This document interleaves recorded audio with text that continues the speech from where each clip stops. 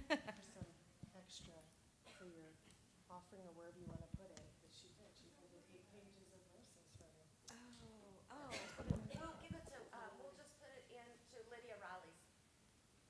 I typed it out on my notes. You don't ever have to do that.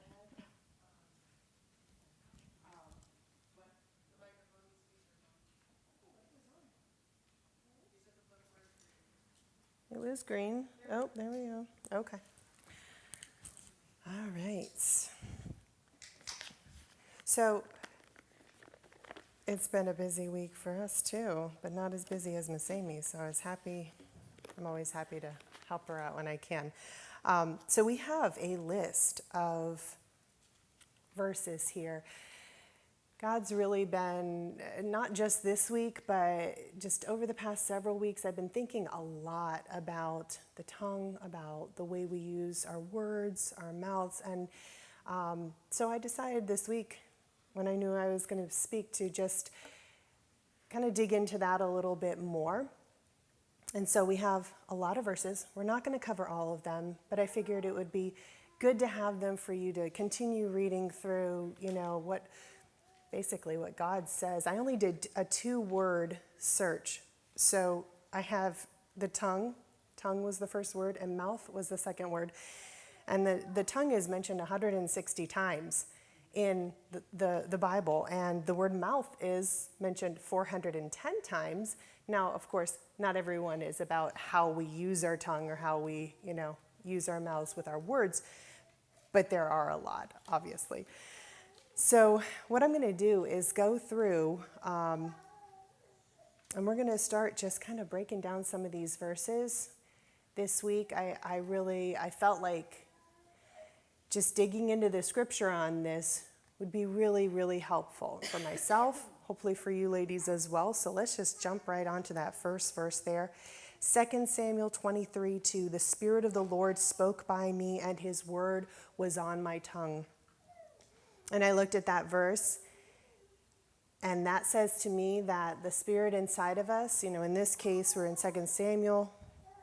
It's talking about Samuel, but inside of us is the Holy Spirit, and he speaks through us as well. So we see examples where the Holy Spirit spoke by men and women of God in the Bible, and remembering that his word is on our tongue. His Spirit speaks through us. And that's very important that we take the responsibility. Job 5:21, thou shalt be hid from the scourge of the tongue, neither shalt thou be afraid of destruction when it cometh. Most of us know the story of Job, and the word that jumped out to me here was scourge. Scourge is a punishment or a discipline. Whipping is a literal definition of the word scourge, but our tongues can be a punishment for others. That's kind of scary to think about. It's very true. So our tongue can be a scourge. In this verse, God was telling him he was going to be hid from the scourge of the tongue. And God allowed him to undergo certain things, but he did protect him in ways as well. Job 6:24, teach me and I will hold my tongue, and cause me to understand wherein I have erred. Sometimes we have words that want to come out, and we want to speak, and we want to say so much. But there are times when we must be quiet, and we must be silent, and let him teach us. And then when we do speak, hopefully the Spirit will be coming out rather than us, right? Job 15:2-6, should a wise man utter vain knowledge and fill his belly with the east wind? Should he reason with unprofitable talk, or with speeches wherewith he can do no good? Yea, thou castest off fear and restrainest prayer before God, for thy mouth uttereth thine iniquity. Iniquity is sin. And thou choosest the tongue of the crafty. Thine own mouth condemneth thee, and not I. Yea, thine own lips testify against thee. A lot there about the mouth, about the tongue and words. His friends, I put down here, Job's friends were unrestrained and unwise with their mouths toward him. He was undergoing great calamities, trials. With the allowance of God, Satan was oppressing him. Satan had taken away his family, his children, his wealth, And a lot of probably his connections with friends and such, who knows?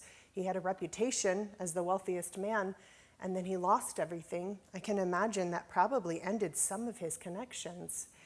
And so his friends came around, gathered around, and proceeded to not say the right words. You read through the book of Job, and it's a heavier book, but they did not support him. Job 27:4, my lips shall not speak wickedness, nor my tongue utter deceit. And that was coming from Job.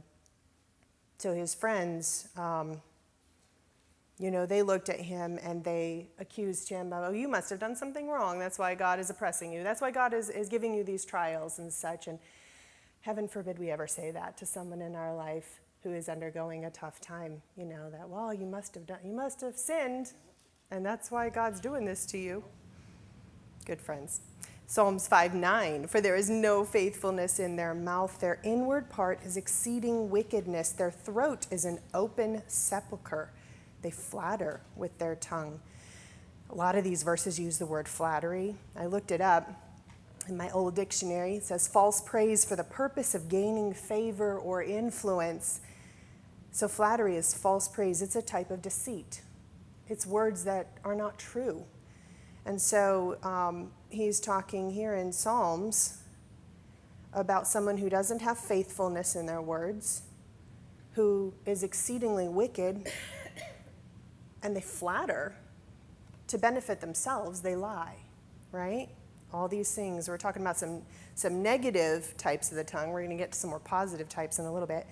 Psalm 12:2-6, they speak vanity, every one with his neighbor, with flattering lips, there's that word again, and with a double heart. That word double heart made me think of the word hypocrisy. Do they speak? The Lord shall cut off all flattering lips, and the tongue that speaketh proud things. Who have said, with our tongue we will prevail, our lips are our own, who is Lord over us? For the oppression of the poor, for the sighing of the needy, now will I arise, saith the Lord. I will set him in safety from him that puffeth at him. The words of the Lord are pure words, a silver tried in a furnace of earth, purified 7 times. So words that jumped out at me here, we've got vanity, we've got flattering, we've got a double heart, pride. These are all very, very negative characteristics of a human being. And God said, I'm going to protect you from that. I'm going to set you in safety. I'm going to protect you from those types of people. And Psalms, we're talking about David. King David also, just like Job, went through some really severe hardships. He had tough times. He fled for his life for literally a period of years. And throughout, as we will see moving on, throughout all of that, David had an incredible trust and faith in God, despite all of that. Psalm 15:1-5, Lord, who shall abide in thy tabernacle? Who shall dwell in thy holy hill? He that walketh uprightly and worketh righteousness and speaketh the truth in his heart. He that backbiteth not with his tongue, nor doeth evil to his neighbor, nor spreadeth a reproach against his neighbor, in whose eyes a vile person is contemned, but he honoreth them that fear the Lord. He that taketh an oath to his own hurt, and changeth not. He that putteth not out his money to usury, nor taketh a bribe against the innocent, he that doeth these things shall never be moved. So many things that jumped out there. If you look back up to verse 3, it's talking about backbiting. And that word is used several times in scriptures, but it literally means talking behind somebody's back. Gossip is the word we would use today. So he doesn't gossip, doesn't do evil to his neighbor, doesn't spread a reproach against his neighbor. And correct me if I'm wrong, Miss Amy, but that to me seemed like he was talking, like saying something against his neighbor in order to hurt his neighbor, spreading it around, right? Again, a type of gossip. So that's really, there's a lot of characteristics of a person, things that he is not doing. So like as a warning that we ought not do that as well. Psalm 34:13, keep thy tongue from evil and thy lips from speaking guile. What is guile? I looked that one up too, just to have a lengthier explanation there. Artifice, duplicity, and deceit were the key words I put down. It's lying, Speaking with guile is someone who is saying something deceitfully for whatever purpose, probably to benefit themselves, but God does not want us to do that.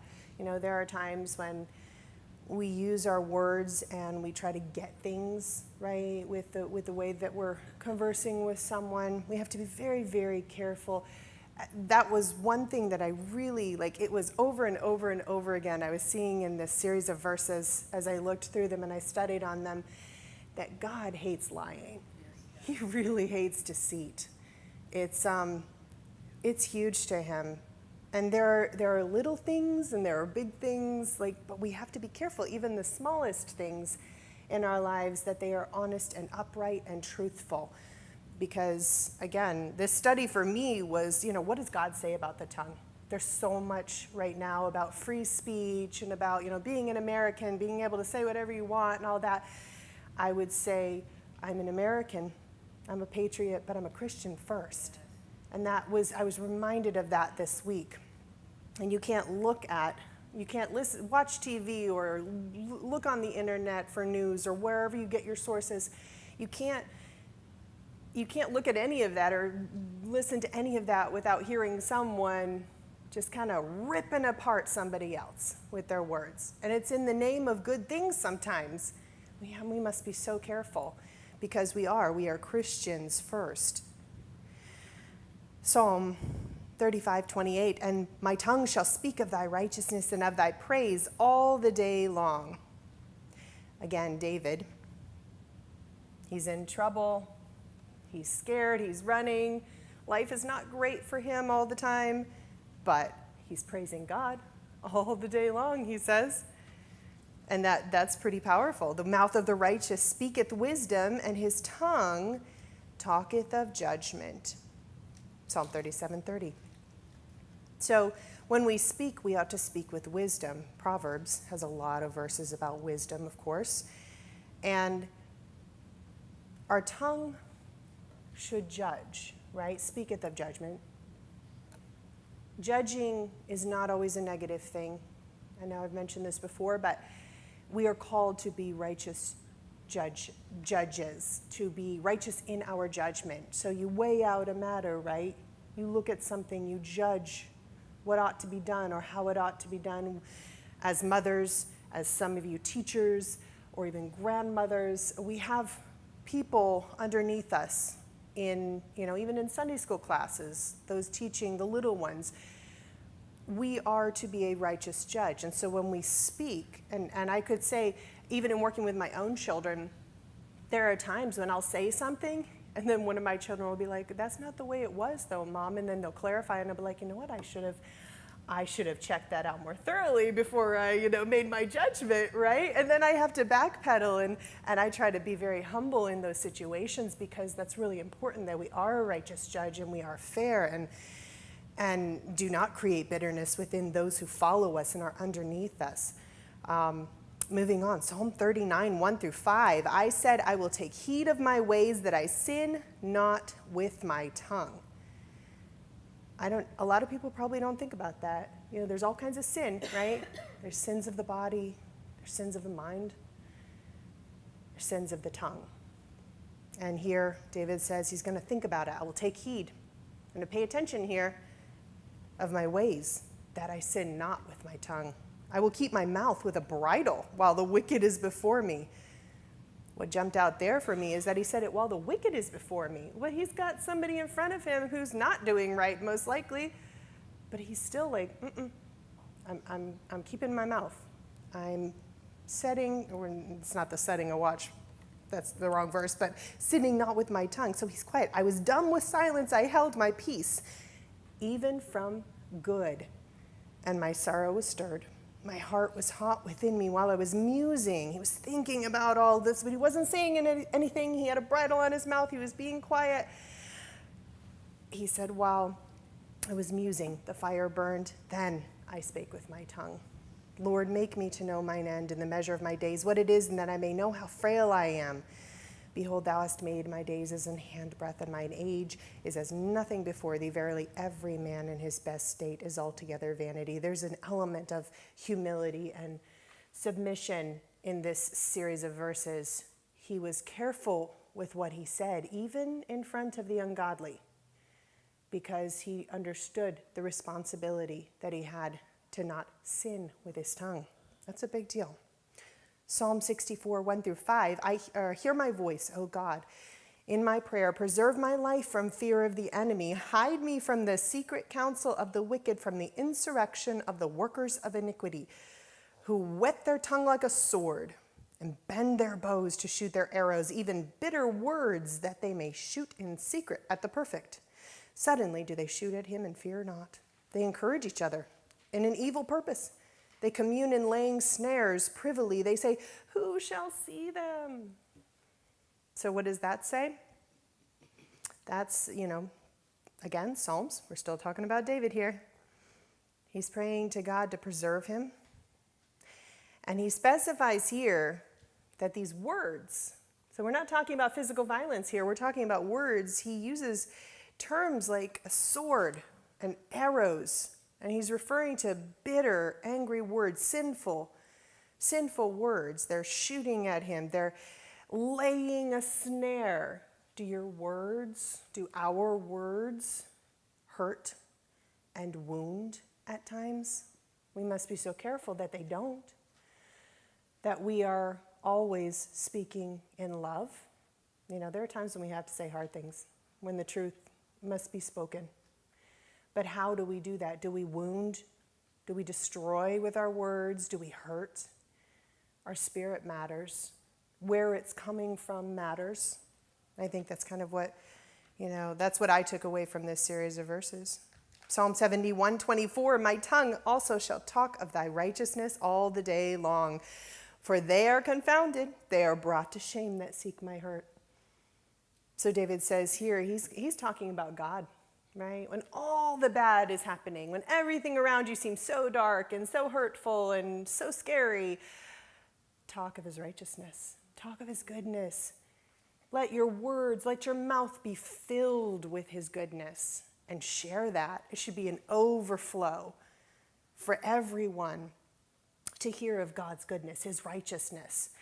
And how beautiful is that? And that's what David was doing, even though he was in trouble. He was in a hard time. Psalm 172, my tongue shall speak of thy word, for all thy commandments are righteousness. He trusted God. No matter what, he trusted God. Psalm 126, 2, then was our mouth filled with laughter, and our tongue was singing. Then said they among the heathen, the Lord hath done great things for them. So because they laughed, and because they sang, and probably because they spoke of God's righteousness, the heathen, that's a pretty strong word, right? It's the ungodly. They didn't believe in God. They did not worship the one true God in that time. The heathen looked at them because of the way that they spoke and what they did, how they behaved, and said, the Lord hath done great things for them. That's powerful. That was a witness. Psalms 139, 4, for there is not a word on my tongue, but lo, O Lord, thou knowest it altogether. That should be a dagger in the heart if we're guilty of, misspeaking at times. When we think God knows everything we're saying, he is the righteous judge. I don't want to be on God's bad side. I really don't. And he knows everything in our heart. It's not just the words that are audible. He knows everything that's in our heart too, but every word that we speak, God hears it. And that's something that we need to remember.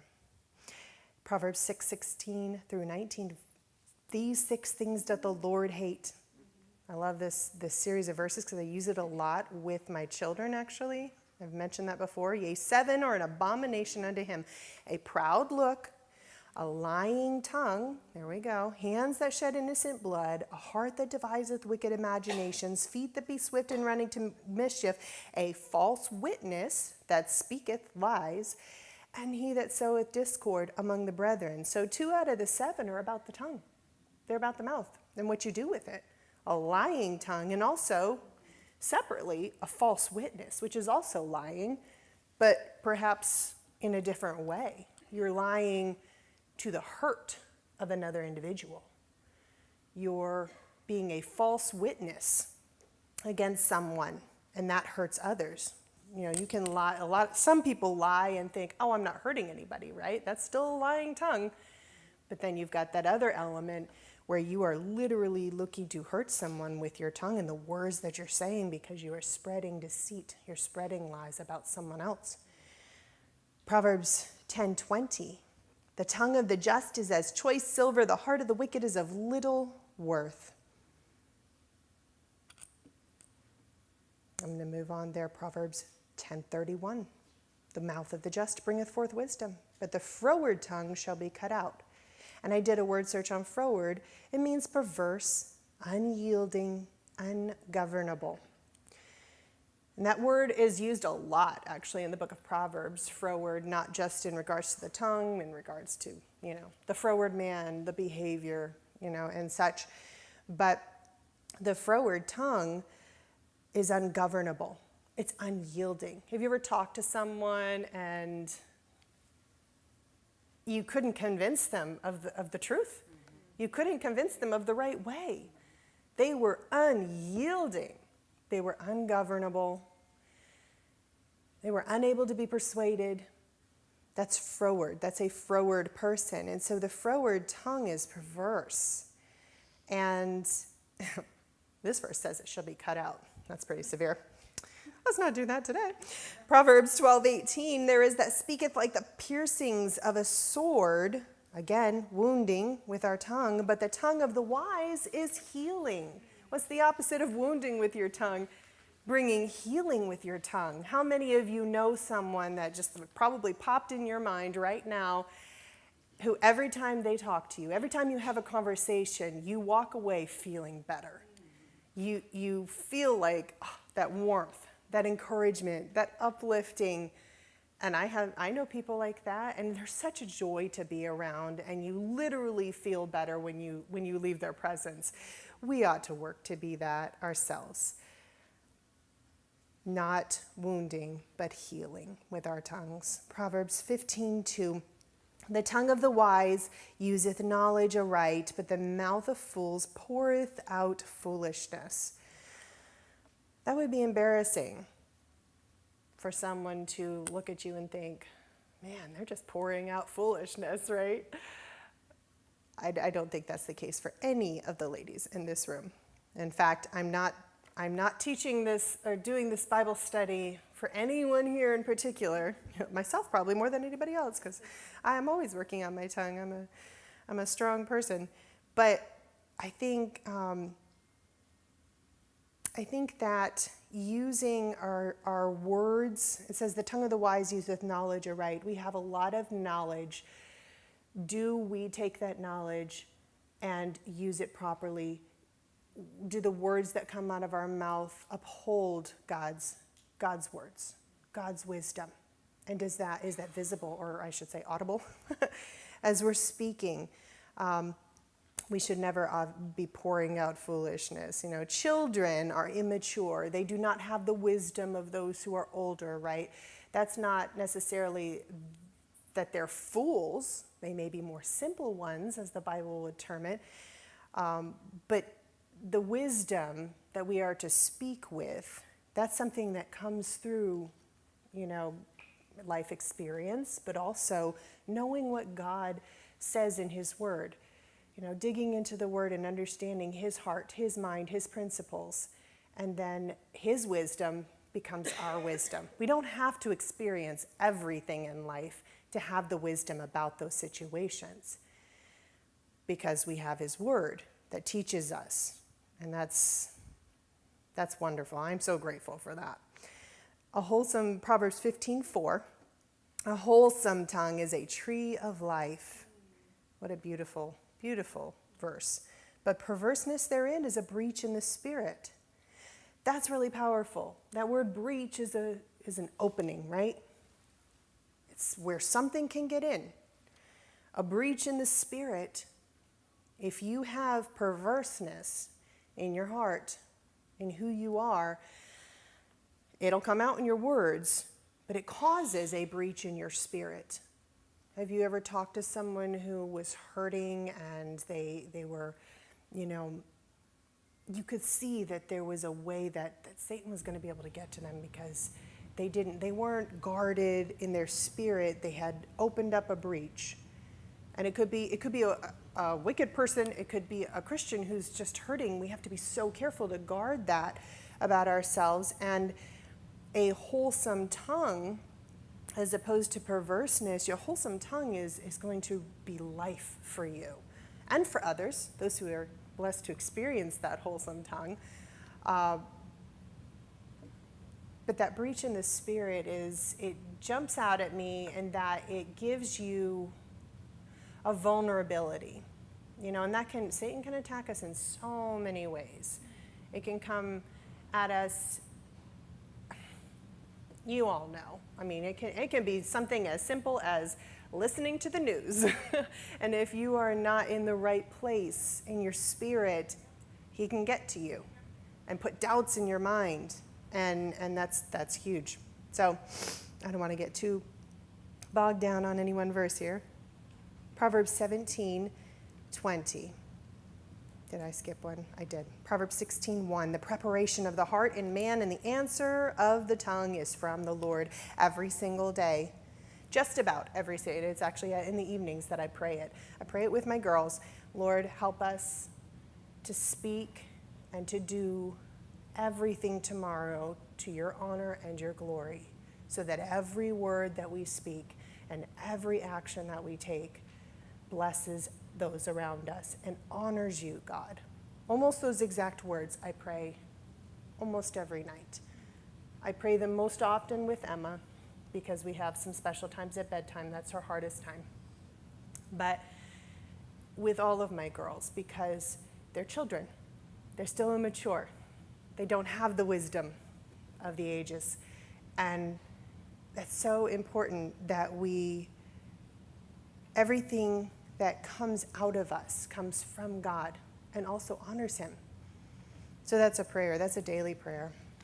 Proverbs 17:4. A wicked doer giveth heed to false lips, and a liar giveth ear to a wicked tongue. Don't listen to liars. Don't listen to liars or to those who speak falsely. And I would say it specifies here, a wicked doer giveth heed. So someone who is wicked listens to those who are lying and doesn't discern. They don't understand this is a lie. And we see that all over the place right now. A lot of people who are completely blinded to the lies that are all around them. And we're looking at it and we're like, can't you see? This is a lie. This is not even truth.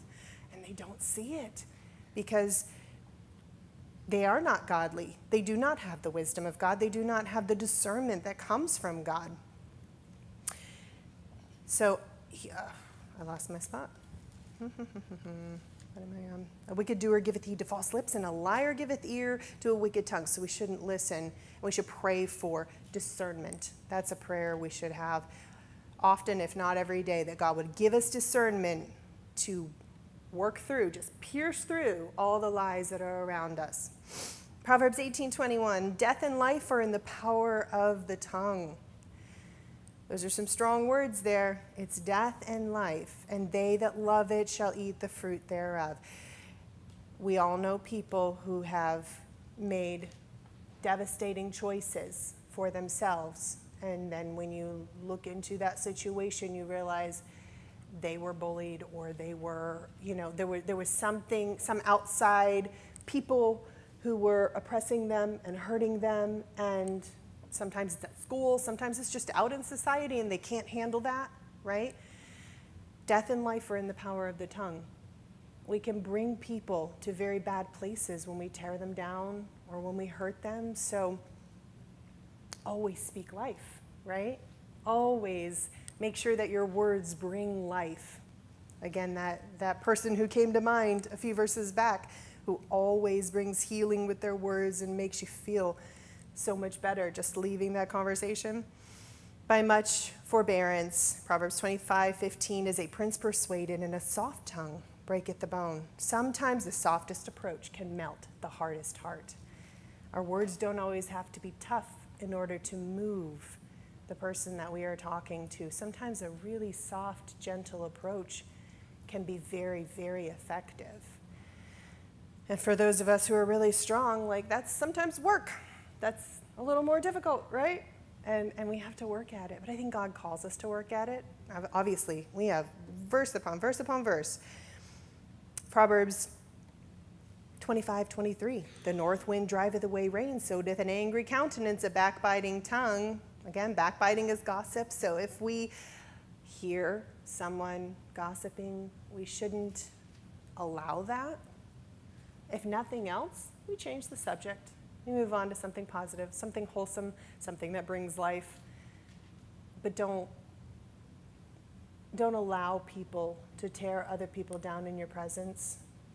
And that can be a good witness to that other person who maybe it's what they do. They're accustomed to that approach. I'm just venting. Oh, this person made me so mad. I just got to tell you, I just feel so. Redirect, bring positivity, help them. But let them know with your response that that is not acceptable. And God says that. Proverbs 28:23. He that rebuketh a man shall afterwards find more favor than he that flattereth with his tongue. It's interesting how sometimes when you correct someone, maybe they don't initially understand or feel good about that, but later they're like, you know what, that person really cared about me. And that's why they reached out and they rebuked me for that, or they corrected me, or they made it known that I needed to do something differently. And oftentimes you find more favor with that person. Your relationship is stronger because you actually did prove that you cared about them and you loved them. Rather than flattering, false praise, right? There's no good reason to falsely praise someone, because that doesn't help them. It never helps them. Ezekiel 3:26. I'm sorry. I can't miss my favorite verse. Proverbs 31:26. She openeth her mouth with wisdom, and in her tongue is the law of kindness. And I know I did a study on this one time, but the law of kindness is what jumps out there. And I tell my girls this. She made her own law. That wasn't that wasn't the law of the Hebrew people, right? That wasn't the law that they had to abide by. She made the law for herself. Her tongue's law was to be kind. And I think that's just such an awesome thing. And that's our Proverbs 31 woman. What an example she is. Ezekiel 3:26. And I will make my tongue cleave to the roof of thy mouth, that thou shalt be dumb and shalt not be to them a reprover, for they are a rebellious house. I believe, I didn't put any notes on this one. I believe this is God talking to Ezekiel, and he's saying, don't speak. They're rebellious. Just don't say anything. I'm going to make you be quiet right now. So it's interesting how sometimes we ought to just not say anything, even if the person is very, very wrong. They are very rebellious. They are very wicked. Sometimes silence is the best approach, and God says that. 1 Corinthians 13:1-3. It's the love chapter. Though I speak with the tongues of men and of angels, but have not charity, I am become as a sounding brass and a tinkling cymbal. It's useless, right? And though I have the gift of prophecy and understand all mysteries and all knowledge, and though I have all faith so that I could remove mountains, but have not charity, I am nothing. And though I bestow all my goods to feed the poor, and though I give my body to be burned, he sacrifices himself, but have not charity, it profiteth me nothing. So I wrote underneath this one, speak the truth in love, because that makes all the difference. That makes all the difference when you're helping others. Make sure it's in love. We can correct our children. We can even respond back to our husbands. But if we don't do it in love with the right heart, that's going to backfire on us big time. James 1:26, if any man among you seem to be religious and bridleth not his tongue, but deceiveth his own heart, this man's religion is vain. So your very faith is made null and void if we do not guard our tongue, if we do not speak to his glory, his honor. And I'm going to have to skip through because we've got 2 minutes left. The tongue can no man tame. It's an unruly evil full of deadly poison. I'm skipping down. I know there's a couple of verses I wanted to read. But you girls can go through the rest of these too. Psalm 141:3. I love this one. Set a watch, O Lord, before my mouth. Keep the door of my lips. That's a prayer. That's a prayer we all should pray, that he sets a watch in front of our mouth, that he keeps the door of our lips. And we'll do so much better with him than with just ourselves, of course.